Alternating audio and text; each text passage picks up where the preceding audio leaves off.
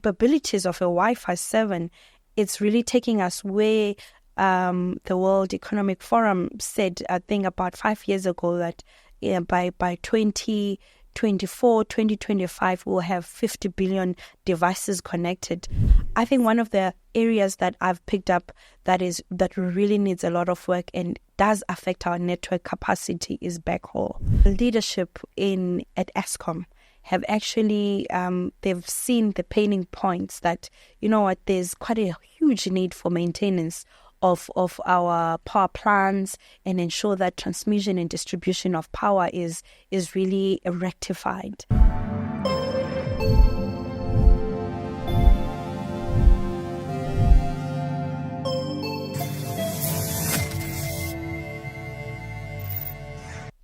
Hello and welcome to another insightful episode of ITWeb TV with me, Sibahle Malinga. This afternoon, I'm joined in studio by Nomso Kana, who is a nuclear scientist. She's also the founder of Simsciex Technologies, a proudly South African broadband infrastructure company, and it's also a renewable energy solutions provider. And Nomso also featured in our very own Brainstorm magazine, Wired for Women 100 Influential Women Directory. And as if that's not enough, she's also one of the advisors of the Presidential Commission on the 4IR. Nomso, good afternoon, and thank you so much for joining us. Good afternoon, Sibahle. Thank you for having me. Wow. Good afternoon to your audience. As I was going through your bio, I was like, what? She's only 39 years old and she's done so much, You're one of the few African women taking the broadband infrastructure and energy industry by storm. So you've done great work, up against the big dogs in the ISP industry. And we're going to find out all about that. So we're going to be discussing the vision behind Simsciex Technologies, unpacking its business model, as well as the aims and objectives of the firm. And we're going to be spending some time also just talking about some of the trends dominating South Africa and perhaps even Africa's broadband landscape, and explore some opportunities and challenges faced by South Africa as far as connectivity is concerned. And we're also going to be touching on renewable energy trends. Of course, those are some of the products and solutions provided by Simsciex Technologies. I guess a great place for us to start would be, what on earth is a nuclear scientist? Thanks, Sibahle. Once again, good afternoon to your listeners and everyone who follows ITWeb TV. Such an honor to be with you and having these discussions, right? So my nuclear scientist profession really started out of an accident, actually. And I was working as a medical biology scientist. But, having studied math, science and physics and all that, that full bouquet of the sciences in my varsity years, I then was poached into the nuclear industry. That was close to 2010. And from then on, it was such a great experience because I got to be trained on something that I've studied, but not particularly having, worked in the lab. But when I was poached in, I worked severely in the radioactivity labs, radioisotopes labs, and also played quite a big role in research on energy policies as well as medicinal nuclear.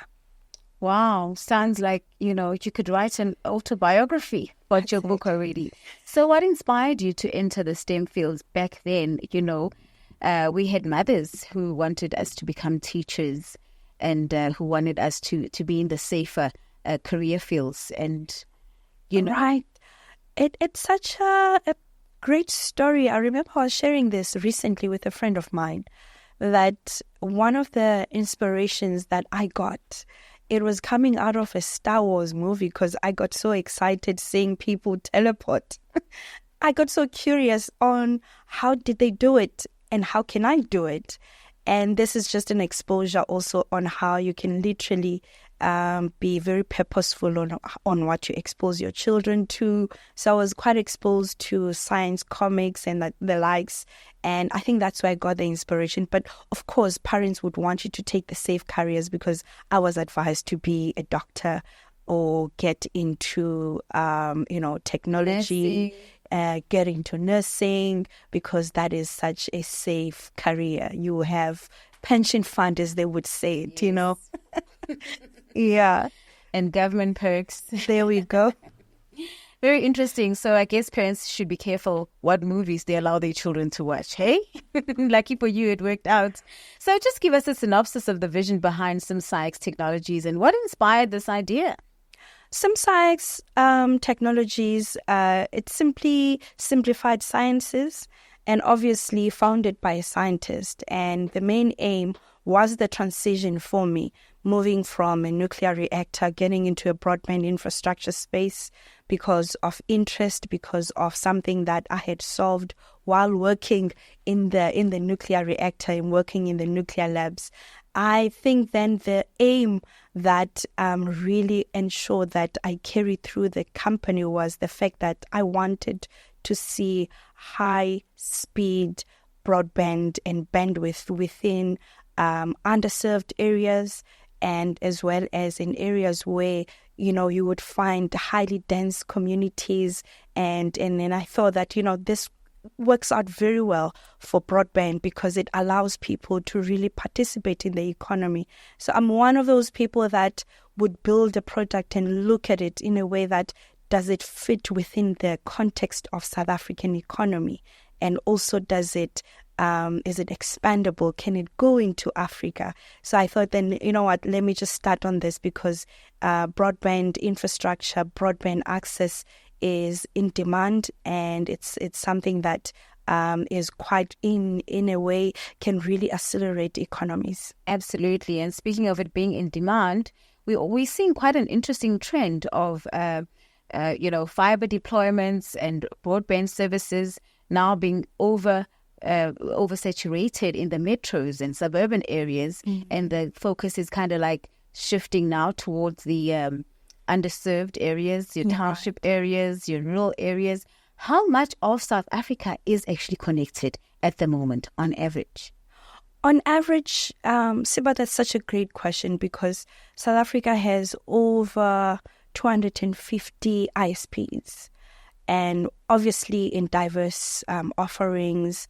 However, the saturation, as you've mentioned, is quite very observant, because you find that there is now a battle in the market on pricing and also how fast you can go, the rapid deployment, and quite rightfully the issue now is that ISPs are looking into rural connectivity, and they're looking into township connectivity.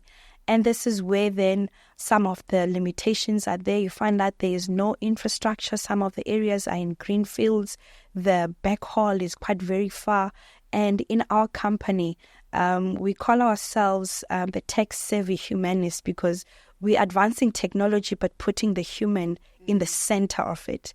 And putting the human in the center of it, I mean, my background, I'm from rural areas, so I would know how much... You understand the pressing needs of the pressing needs of the current needs of a human right now in a rural area, on how much they do not want to spend about 2 taxis getting into an internet cafe, how they want to literally be doing their e-learning courses while at home, and working from home while you are in a rural area. So our work really is into rural connectivity, as I've mentioned.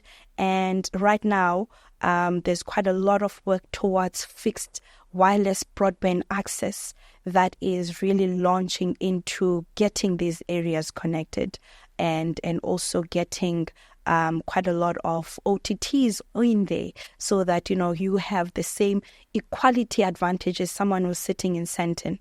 Right. Wow. Yeah. We're going to get more into that in just a moment.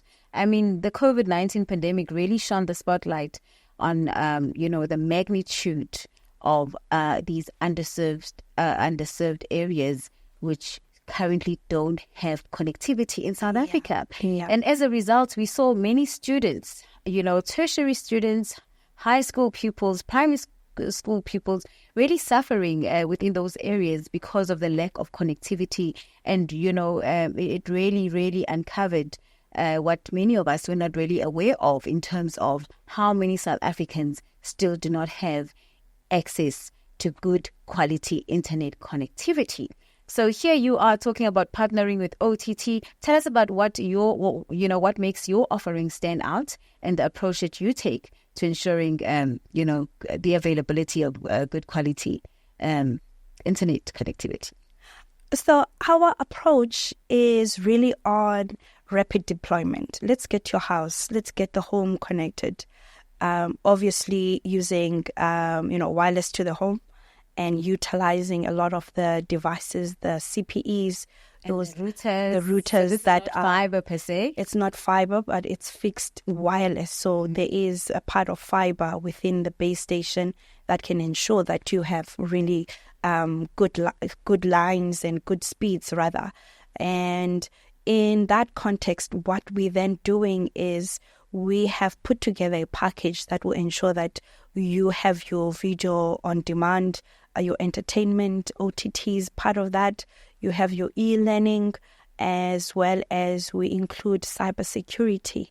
And it's quite important nowadays that through quite a lot of studies that are done, there's a company called RTI, Atlas, and also IDC, where they've seen that there is a change in the etiquette of how people really, consume what's on the internet, how they behave, but there's still more work to be done in terms of cybersecurity. So we sort of take upon what research is saying and what are the current trends, what are the data-driven decision applications are saying. So, and we put that together and we bring you the full package.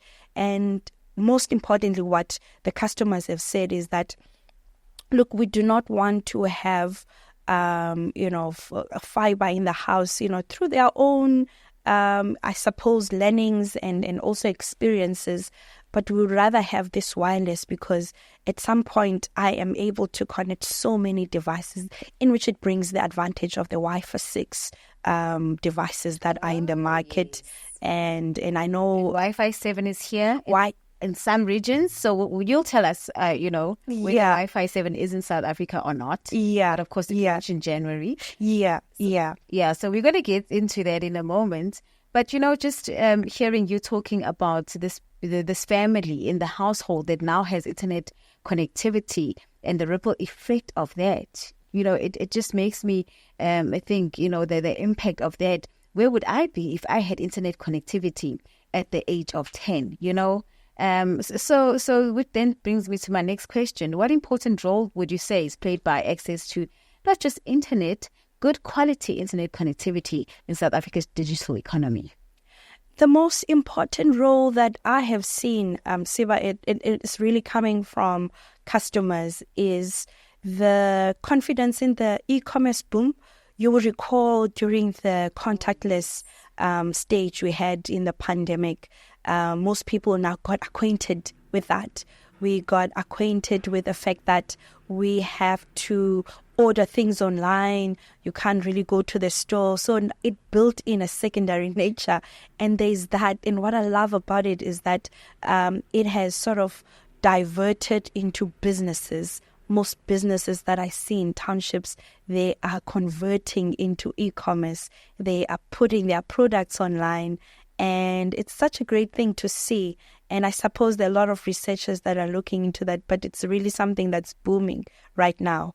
And I suppose digital economy plays in the role because now people are seeing that when you digitize, you're actually just expanding your business and you're reaching more customers. And how much of an issue is, I'm not going to say access, because we've touched on access to connectivity, but affordability here and just having access to other resources that, that have to accommodate connectivity? That's such a great question. Once again, I don't know. It's this is such a good conversation. Now it's no longer about having the connectivity. Right. You need a laptop now. Not everything can be done on your mobile. On your phone. mobile. So you need you need other resources to ensure that that pupil who is studying, who's working towards exams, has got all the resources around. To make them successful in what they're working on. Yeah. I want to start on that. I can remember in 2021, the MNOs sort of reduced the data affordability. At some point, it shot up, it went down. But, we check on those trends. Yes, we do. Yeah. And the studies are telling us something else. We'd love to believe that, the prices are more affordable. It fluctuated. Now, I mean, it's competitively in a way that some people would think that, I can't have my data competing with my grocery list. So speaking really on affordability, in South Africa, the mobile penetration is quite very high. We're sitting at 80%. And 3 years ago, we were at around 70%.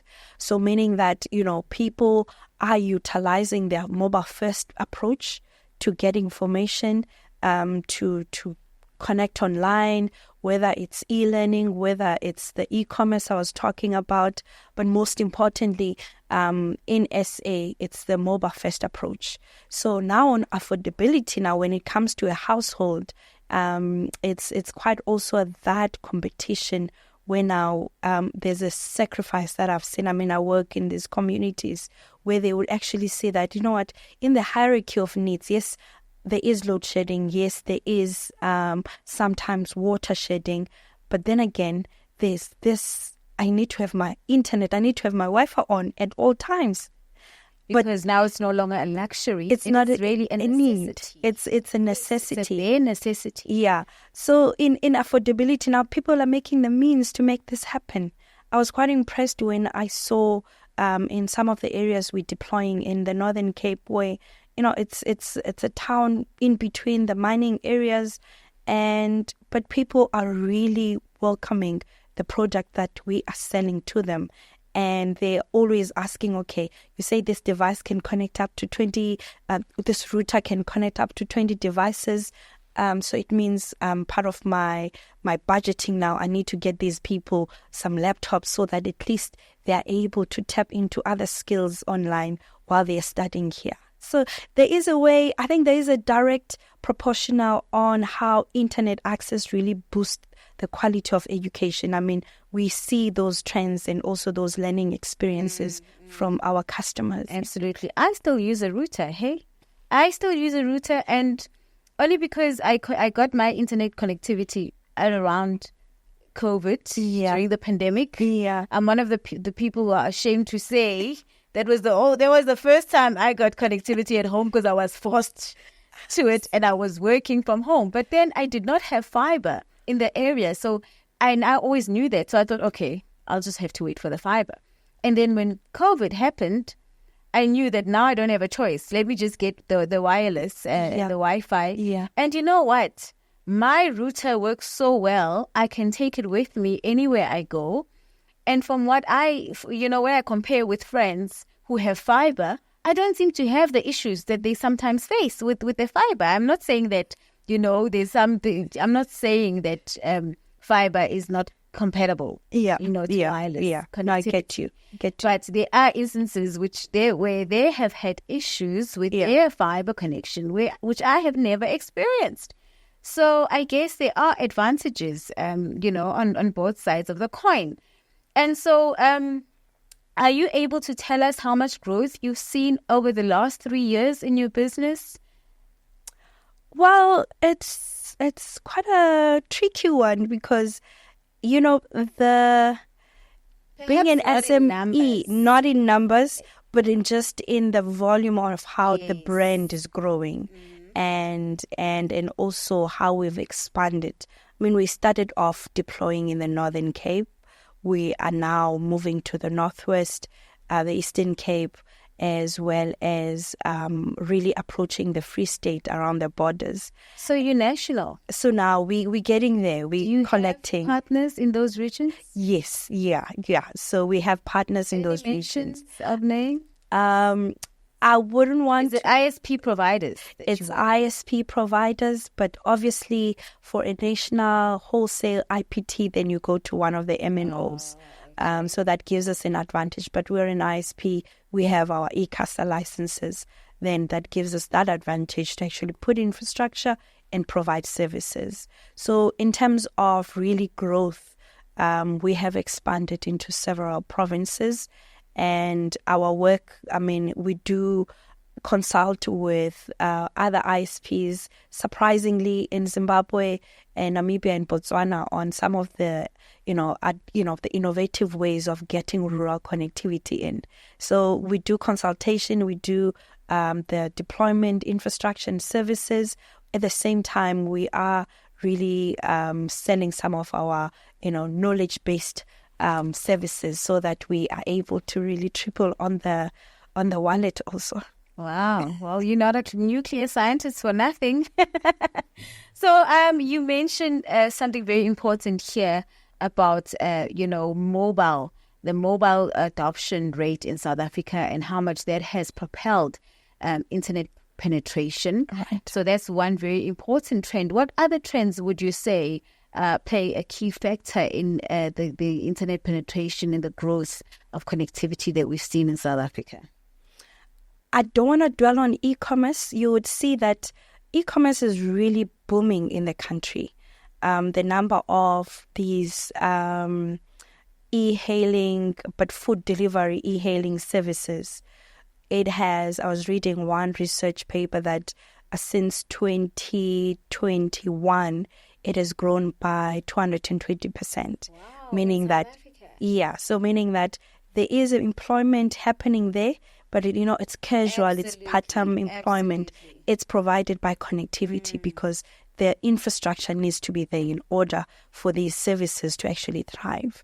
And I actually interview these guys very often, and leaders of the South Africa's two biggest e-hailing companies are saying that they've employed thousands.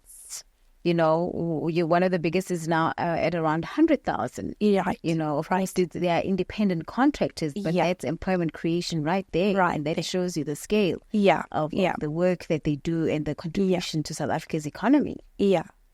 Nowadays, if we look back pre-COVID, you would order something and then whatever the service would be or product, they will say it takes 7 days. But nowadays, it's actually brought down to 3 days. So it means there is technology that is harnessing that. Yes. And it's of course exactly what you said. All made possible by our beloved internet service providers and there we go. And fiber operators. And you guys are doing a wonderful job. Let's talk more about that, because I really want to also just get to a point. There are still challenges as far as adoption is concerned. Yeah. What would you say those are? We cannot put aside the infrastructure, the backhaul limitations. There are areas where you find that there's still work that needs to be done on the backhaul. Obviously, in the advancement of LTE can reach really to wider and further spaces if you utilize the right spectrum around it. And if one then needs to look at other areas where, there's no advancement of LTE or even fiber, then the backhaul is quite an issue. So I think one of the areas that I've picked up that really needs a lot of work and does affect our network capacity is backhaul. And so what do you do in those instances? Would you then start by deploying the back end infrastructure that's required, and what does that then mean for your investments?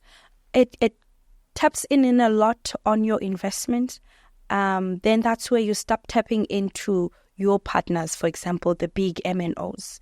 And once you do a POC in certain areas, and then you prove your business case to them, you can actually persuade them to say you would need to expand your backhaul to this area, ensure that you have all the requisite for one to actually deploy fiber, deploy fixed wireless into those areas. Look, South Africa currently, you've seen how our population is growing. So it means also the level of consumption into internet is also growing. So there is a need where there is a partnership between those. So part of the limitations in your question you've asked, it's really on backhaul. And also I would really call for a number of ISPs to join in this and ensure that we connect the nation, because that's where we will really see the booming in our economy. And formulate a collaboration that very cohesive, positive, a contribution to the ecosystem. And precisely, the end user who's at the receiving of this is of course the beneficiary of all of this. That's correct. Because here you are talking about some areas which are not connected, and here we are on Wi-Fi 6. I'm about to ask you about Wi-Fi 7 deployments, and that's where other regions are, and we're just still trying to set the foundation in our underserviced areas. Yeah. So what is your take on Wi-Fi 6 deployments in South Africa? And would you say that South Africa is prepared for Wi-Fi 7? Because it officially launched in January in some parts of the country, in some regions across the world. Yeah. Well, I suppose we have not really, as a country and in the industry also, we have not played in the Wi-Fi 7 yet. Wi-Fi 6 CPEs are still expensive in the market. Wi-Fi 6. Yeah. And we still have quite a long way to really monetize that as the ecosystem. So other regions are talking about Wi-Fi 7. We don't have a prevalent use of a Wi-Fi 6. We do have. I went to a conference and I saw that, okay, this one is Wi-Fi 6. Yeah, we do. As I've mentioned, it's there. It's really growing rapidly. And what has occurred also is the fact that now that there are different products in the market, the price is really dropping down. At first, it was not. You would find a Wi-Fi 6 CPE above 2,000 rands. Wow. And now it's getting into the regions of 1,500, 1,000, and below 1,000. So now I suppose there is still a mileage that we need to run in order for us to really monetize on those and utilize Wi-Fi 6. And the switch is really not that complicated, because by the time we do the conversion to Wi-Fi 7, it's a matter of an upgrade in some other CPEs, and in others it's a whole complete change of the device, the electronics within the device. But I think right now, as South Africa, we're still having quite a good time on Wi-Fi 6. So I do commend other regions. I know quite in Japan, it's really covering the whole area, and they are utilizing quite a lot of Wi-Fi 7 CPEs already, and some parts in Europe also, most of the advanced economic regions. But with us, I think we're still cruising nicely, if I can use those words. Steadily on that. Not too slowly, but steadily. But there is quite a rapid growth in the devices in the market. Yes. Speaking of the devices, I believe that some devices in our market already have capability for Wi-Fi 7. Am I correct? Precisely. Yes, they already have. As I've mentioned, when now the full transition happens, it will not be difficult because it's just a software upgrade. What do we need to enable those people who already have devices on their phones and laptops? What exactly needs to take place from a technical perspective? Perhaps school us through that. Not that much, because it's almost like the 4G, LTE, and 5G. It just depends on where you are. It just depends on where you are, and also on how the network capacity is like. Because the capabilities of a Wi-Fi 7, it's really taking us where the World Economic Forum said, I think about 5 years ago, that by 2024, 2025, we'll have 50 billion devices connected. So the capabilities of a Wi-Fi 7 CPE gives us that advantage when you have that CPE in the house, the Internet of Things is really at play. Wow, and also you would have quite a number of devices that you can really convert and have the whole house as a smart home. So I think the conversion for us from Wi-Fi 6 to Wi-Fi 7, it's really bringing us into that smart cities, smart homes context that we always talk about. How do we prepare for that though? Wi-Fi 7. Wi-Fi 7. Well, not really prepared because it's just a change in the CPE regime. I couldn't put it like that. So it's not really a preparation because when that happens, you'll just get a software upgrade and I suppose some of our kitchen utensils, your blender is already Wi-Fi 6 ready if you can really look at it. And your fridge also, and some of the electronic devices in the house. So I believe when we fully have Wi-Fi 7, it will enable us to really dwell in that Internet of Things era. Wow. I see myself there. I see myself with my fridge reminding me that, the milk is about to run out. Check your schedule on your phone. The fridge is telling me to check my phone schedule. In fact, I'm going to order on your behalf if you don't do it. And the phone orders actually on your behalf. There's a device now that allows you to track and monitor. Order stuff on e-commerce platforms. Yeah. It does all that for you. It just checks all your statistics and your spending, and it actually kind of helps you regulate all of that. But also at the same time, I mean, you are in control, so it also assists you to actually get your house in order, Siva. I guess. But there's so that coffee, that worried. There's the other, the threats that comes with that. Yeah, you give technology all the power. The power. As long as you're still in control, I think things, there may not be crises yet. Yeah. Let's briefly talk about. You are part of, you are one of the advisors of the Presidential Commission on the 4IR. Yeah. Let's talk about some of the milestones that came out of that council. I smile whenever I think of this because we put together the close to 330 pages. It's a strategy giving directions and really mandates into different sectors in the country. So as the 4IR commissioner in that time, and with all other commissioners, one of the things that we really highlighted was that 4IR is not a silver bullet, but we as a country need to participate because we missed the previous 3 IRs. And most importantly is the fact that we need to utilize it in a way that it solves our socio-economic issues and also looks at how we can really accelerate the economic activities of our country. And also all the sectors in an ethical manner, and all the sectors that contribute to our GDP greatly.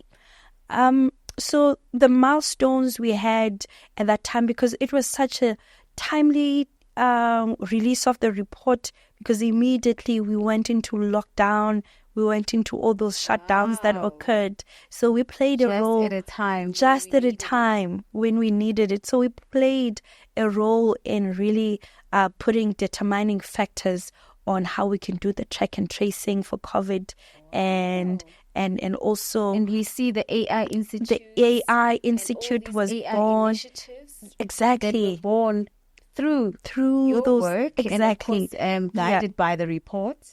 Precisely, because now I just read recently a report from quite a number of organizations, and one of my good friends, Professor Bukosi Marivated, he's one of the chairpersons for the AI community, but he works at UP.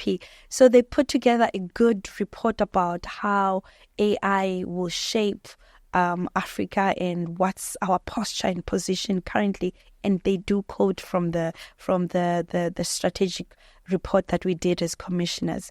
So part of the milestones, Siba, can't wait to really mention this one because it's really booming in the country. The CETAs under the Department of Higher Education, they took some of the recommendations from there to really shape their own strategic ways on how to upskill for the modern times, and also how to ensure that at least they are bare minimum skills that are within the CETA programs that can ensure that people have skills to thrive in this 4IR era. And of course, we've seen the CETA coming up with all these, not just to upskill, to reskill, and also recommending on skills of the future There we go. we may not be aware of There at we this go. moment. There we go. And of course, you laid the foundation for all of that. That's right. Amazing, amazing.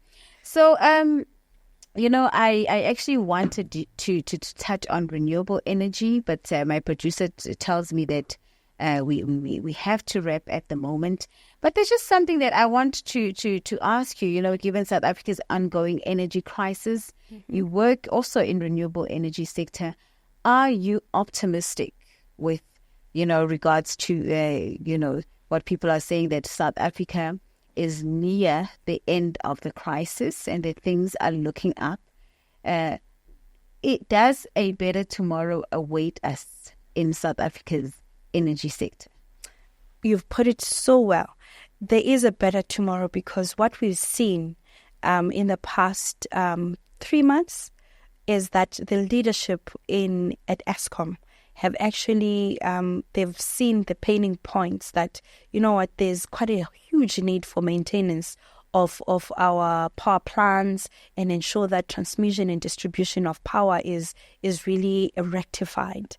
And I do see quite an optimistic point and also a very bright future, because we have an energy mix policy where it consolidates all our energy technologies. So the energy mix policy does not take away the fact that we still need coal to be part of the energy mix. We need renewables, and also we do need nuclear. I mean, I do advocate for nuclear because that's a baseload energy. It means that 24/7 you have power that's running through, and it allows and complements renewable energies. Gas is quite a controversial one. Yeah. Even coal. People saying, why do we still need to a significant amount of coal as part of this? It's quite a huge debate, and I think it's going to be a debate for some time, because even in Europe, they're still utilizing coal. While, don't want to get to those politics, those geopolitical debates, because you'll find that most of these countries that are encouraging Africa to go fully renewable, they have 80% of their power coming from nuclear and coming from gas and in some parts of coal. But we have to really mitigate our own energy infrastructure and just only have renewables. I mean, we utilize renewables in our deployment, because the core nodes we're using, the master nodes we're using, they are powered by solar cells that we put around in the house to ensure that when you have no power, you still have internet in the house. Right. But there's a bright future in SA. We clearly near in the end of this crisis that we've had. And I suppose that's going to give confidence to foreign investment. And also, you never know, Simsciex might be the next big MNO once we have power in there. It's coming. So watch out for this name. Don't say we didn't introduce you. If you're still not aware, it is Simsciex Technologies. And of course, Nomso Kana is the founder and CEO of the company. She's also a nuclear scientist. It is a proudly South African broadband infrastructure and renewable energy solutions provider, Nomsa. She is one of the few African women taking the broadband infrastructure and industry and energy industry by storm. Nomso, I need to see more women like you sitting on this chair. Thank you so much. It has been an absolute pleasure chatting to you. Thank you so much, Siba. This has been fun. Thank you. I'm glad you enjoyed it. Let's hope that our viewers at home do enjoy it as well. Do remember to subscribe and follow us on X, and our handle is @ITWeb. For me, Sibahle Malinga, do enjoy your weekend ahead.